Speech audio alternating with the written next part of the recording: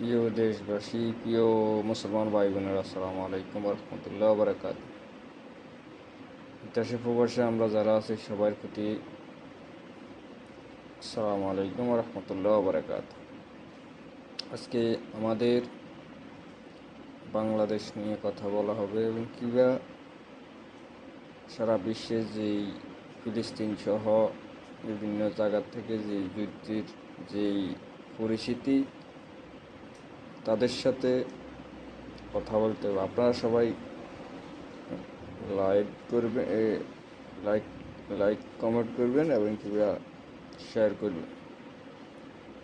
তো আজকে আমি প্রথমত আমার ফেসবুক আছে, এই ফেসবুক থেকে দিব, পাশাপাশি ইউটিউব চ্যানেলও আমি দিতে চেষ্টা করব ইনশাআল্লাহ। আমার ইউটিউব চ্যানেলও মানুষ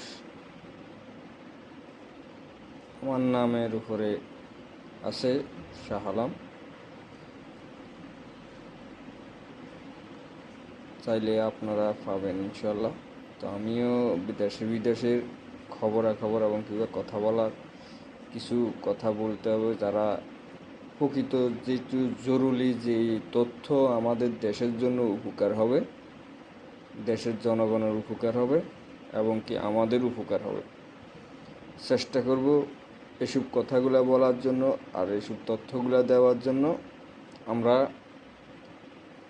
সবাই একসাথে এক কাতারে থাকব, যেন আমাদের দেশে কোনো স্বৈরাচার হোক, কোনো বিভিন্ন হোক, কেউ যেন কোনো কিছু না করতে পারে। তো আজকে প্রথমত বলবো, আমি বাংলাদেশের যে নির্বাচন প্রসঙ্গ বলবো। বাংলাদেশের যে নির্বাচন বলতেছে, প্রথমত আমাদের দেশে একটা, আমি দীর্ঘদিন ধরে বলি আছি সুপ্পুকে সরানোর জন্য, 5ই আগস্টের পর ধরেই বল দিয়েছি সুপ্পুকে সরানোর জন্য এবং কি ওয়াকারকে সরানোর জন্য। এই জন্য আজকে সারা বিশ্বের মধ্যে যখন দূতাবাসগুলোর থেকে সরিয়ে নেওয়া হয়েছে তাদের ফটো এবং কি স্বৈরাচার রাষ্ট্রপতির ফটো, এই জন্য কিছুটা হইলেও খুশি আমি। যতক্ষণ পর্যন্ত আমরা খুশি হব না কেন, আজকে রাষ্ট্রপতির পদত্যাগ করাইতে হবে এবং কি ওয়াকারে সরিয়ে দিতে হবে, নইলে আমাদের দেশে নির্বাচন সুস্থ হবে না। বিশেষ করে আজকে আমরা দেশে বিদেশে আজকে বিভিন্ন জায়গা গুজব ছড়ানো হইতেছে, কিছু বিভিন্ন মিডিয়া, ভারতের কিছু দালাল মিডিয়া আছে, আজকে গুজব ছড়ানো হইতেছে বিএমপি অমুকের এত আসন দেয় এবং কি অমুকে এত আসন দেয়। বিএমপি এনসিবির টানে, এনসিবির এক দলকে জামাতে টানে, এক দলকে বিএমপি টানে। এইসব গুজব দিয়ে বাংলাদেশে বহুত ক্ষতি করতেছে ভারতের রয়ের এজেন্টগুলা। এটা হকার সাংবাদিক এখনও বাংলাদেশে, আমরা বারবার কইছি এইসব হকার সাংবাদিকদের তো এই মিডিয়াগুলো বন্ধ করে দিতে, আমরা বারবার বলছি, কিন্তু বাংলাদেশের সরকারে তাদেরকে দুধ কলা দিয়ে সাপ ফাইলতেছে।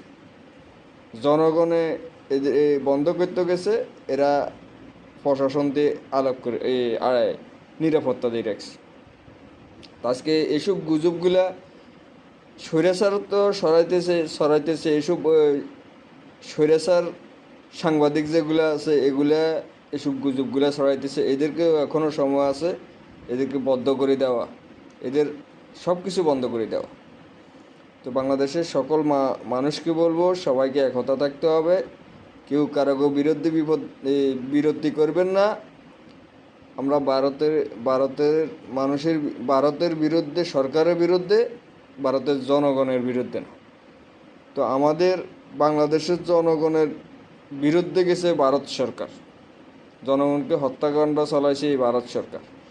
তো আমরা সকল বাংলাদেশি একতা থাকতে হবে, বিভিন্ন জায়গা থেকে আমাদের বিভিন্ন কথা থাকতে হবে। তবে আমাদের কথা একটা হইব, আমাদের নতুন সংবিধানের উপরে নির্বাচনটা হইতে হবে, নতুন সংবিধানের উপরে নির্বাচনটা হইতে হবে।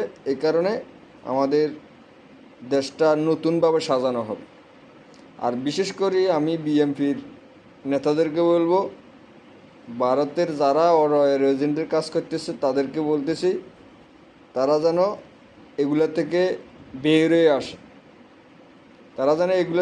হয়ে আসে, এটাই আমাদের আহ্বান থাকবে। নইলে কিন্তু জনগণ তো বুঝেন শেখ হাসিনার কী অবস্থা করা হয়েছে, জনগণ এসে বড় বড় ক্ষতি করবে। আপনারা মনে করেন না যে আপনারা শক্তিশালী নয়, 1 সেকেন্ডের থাকারও সময় থাকবে না, 1 সেকেন্ডের টাইমও থাকবে না। তো আজকে আপনাদেরকে বলতেছি, সবাইকে সতর্ক করবে, জামাত সহ এনসিপি সহ যারা অপপ্রচার চালাইতেছে। আমি বিএনপিরাও সতর্ক করতেছি, এনসিপিরাও সতর্ক করতেছি, এই জামাতকেও সতর্ক করতেছি, এবং কি সর্বনয় এলাকারও সতর্ক করতেছি। আজকে যখন ডাক্তার মোহাম্মদ ইউনূস যে টাইমে পদত্যাগ করতে চাইছিল, সব জনগণ উচিত ছিল তার বাসভবনে যায় তাকে সমর্থন জানা, যেন পদত্যাগ না করে। জনগণ যাওয়া ছিল, এবং বিএনপির নেতা হইতে, যে জামাত হইতে, এনসিপি হইতে সবাই যাওয়া ছিল উচিত, কিন্তু কেউ যায় নাই। এই কারণে ডাক্তার মোহাম্মদ ইউনূস নির্বস্ব হয়ে গেছে। বিচার কার্যকরের মধ্যে সঠিক পালন করতে পারে না, সব জায়গায় বাধাগ্রস্ত করা হয়েছে। তো আমরা বাংলাদেশের জনগণ একতা থাকি, যাই সরকারের দ্বারা আমরা ভালো চলবো, বারো খামো, আমাদের ফ্যামিলি ভালো চলবে, সন্ত্রাসমুক্ত দেশ হবে। সেই সরকারের আন্ডারে আমরা সব কিছু করতে হবে, সেই সরকারের পাশে রাখতে হবে। প্রিয় দেশবাসী, সবাইকে আসসালামু আলাইকুম ওয়া রাহমাতুল্লাহি ওয়া বারাকাতুহু।